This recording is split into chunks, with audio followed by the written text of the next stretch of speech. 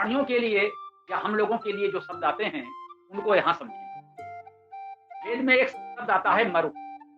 मरुत का अर्थ क्या हुआ? जो मरता है, मरणशील है। तो मरणशील कहा गया है, सामान्यतः वो मनुष्यों के लिए है और व्यापक अर्थ में तो सभी मरणशील प्राणियों के लिए है। वो तो मरणशील है, सबके लिए कह सकते हैं। लेकिन सामान्यतः अगर उसको बहुत स्पष्ट पारिभाषिक शब्दावली में देखें तो मरुत शब्द भी हम मनुष्यों के लिए आया है, जिसे हम सहज भाव से इस समय मनुष्य कहते हैं। जन शब्द भी आया है, जन का अर्थ है उत्पन्न होना। तो जो लोग भी उत्पन्न हुए हैं, जो जन्मे हैं, वे सब जन हैं, और जो जन्मे हैं उन्हें मरना भी है, इसलिए वे मरुत हैं।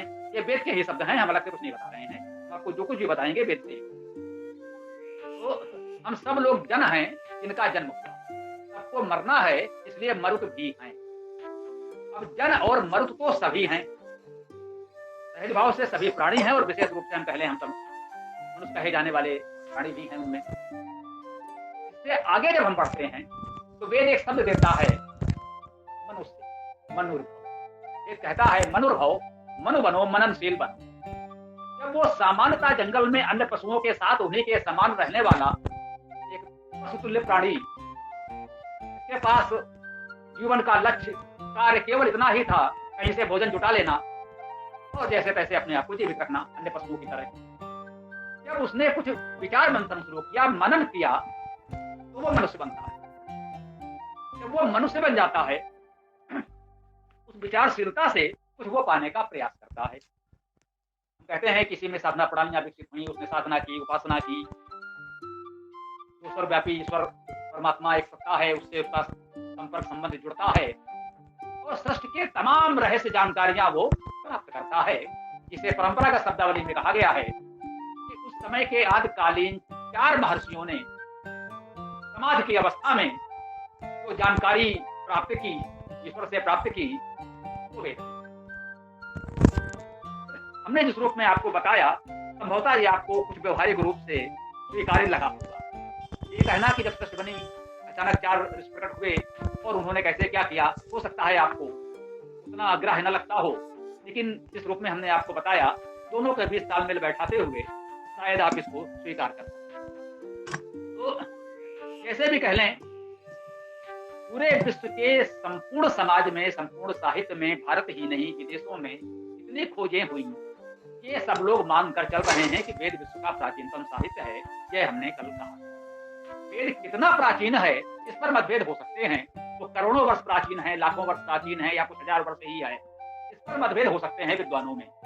लेकिन अब तक किसी भी देश के किसी भी विद्वान ने यह दावा नहीं किया कि वेद से प्राचीन भी कोई पुस्तक संसार में कहीं किसी देश में किसी भाषा में उपलब्ध है। तो वेद प्राचीनतम है, यह तो निश्चित हुआ। हमने एक बात पर और बल दिया था कि वेद में जो कुछ है वो सत्य है।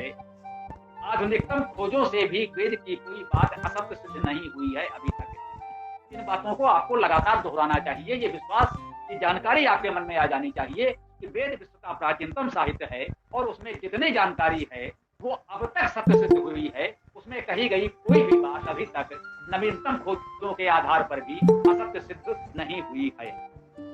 यही वेद का महत्व है हमारे लिए, इससे हम अन्य ग्रंथों को कह सकते हैं कुछ पीछे छोड़कर वेद को प्रमुखता देते हैं।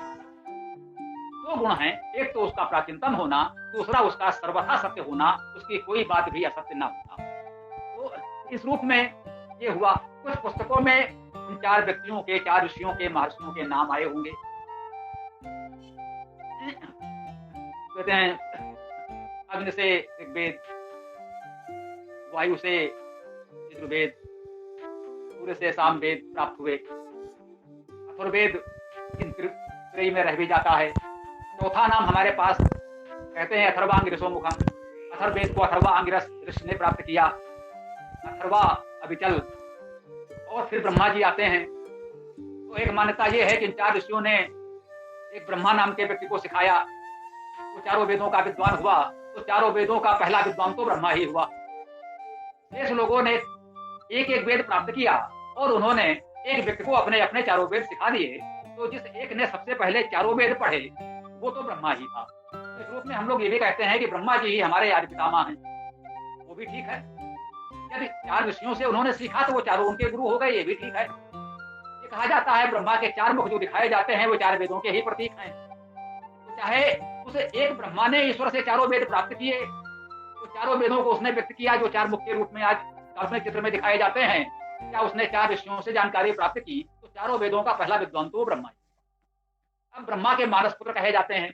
मानस पुत्र का क्या अर्थ है? मानस के पुत्र का अर्थ है जो मानसिक रूप से उसके पुत्र हैं।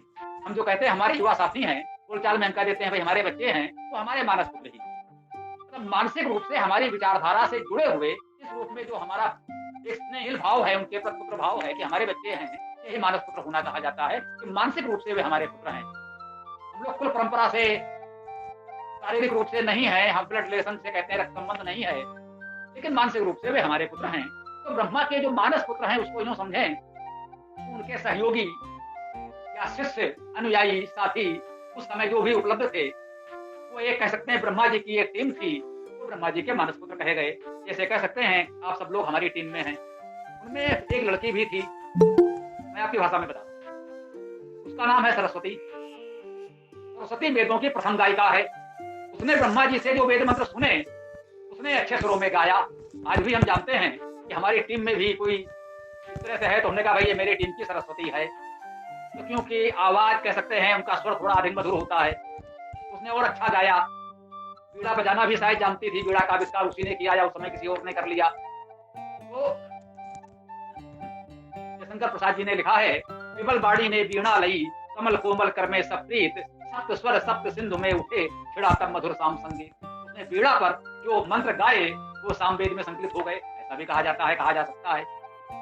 यहाँ एक बात और महत्वपूर्ण है कि वेद का सर्वप्रथम गायन जिसने किया वो एक बालिका सरस्वती है, जिसे आज हम सरस्वती देवी कहते हैं, सरस्वती माता कहते हैं, निश्चित रूप से ठीक कहते हैं। और सरस्वती माता को, सरस्वती देवी को पूजने वाले ये कहते हैं कि महिलाओं को, स्त्रियों को, बालिकाओं को वेद पढ़ने का अधिकार नहीं है। इसको क्या कहा जाए? सरस्वती की पूजा करेंगे जो बीड़ा पुस्तक धारणी है। सरस्वती के पास वेद के अतिरिक्त और कौन सी पुस्तक हो सकती है? उसके हाथ में तो केवल वेद है। वो बीड़ा पर वेद का ही गायन करती है। वेद का सर्वप्रथम पाठ, सर्वप्रथम गायन एक बालिका सरस्वती कर रही है, और ये हमें बताना चाहते हैं कि महिलाओं को वेद पढ़ने का अधिकार ही नहीं। तो इस क्रम में इसे आप कथा कहानी कुछ भी कह लें, इसकी क्या प्रामाणिकता है? कहीं कोई शिलालेख तो नहीं मिला हमें हजारों साल पुराना, ये सही बात है, लेकिन जो भी हमें परंपरागत जानकारी हमें प्राचीन ग्रंथों के माध्यम से मिल रही है, यदि वो तर्क संगत है, विवेक को ग्राह्य है, बहुत असंभव परिकल्पना नहीं है, तो हमें स्वीकार कर लेना चाहिए, और कोई विकल्प हमारे पास है नहीं। तो इस प्रकार से ये 4 वेद के उत्पन्न होने की बात हमारे पास तक पहुंची।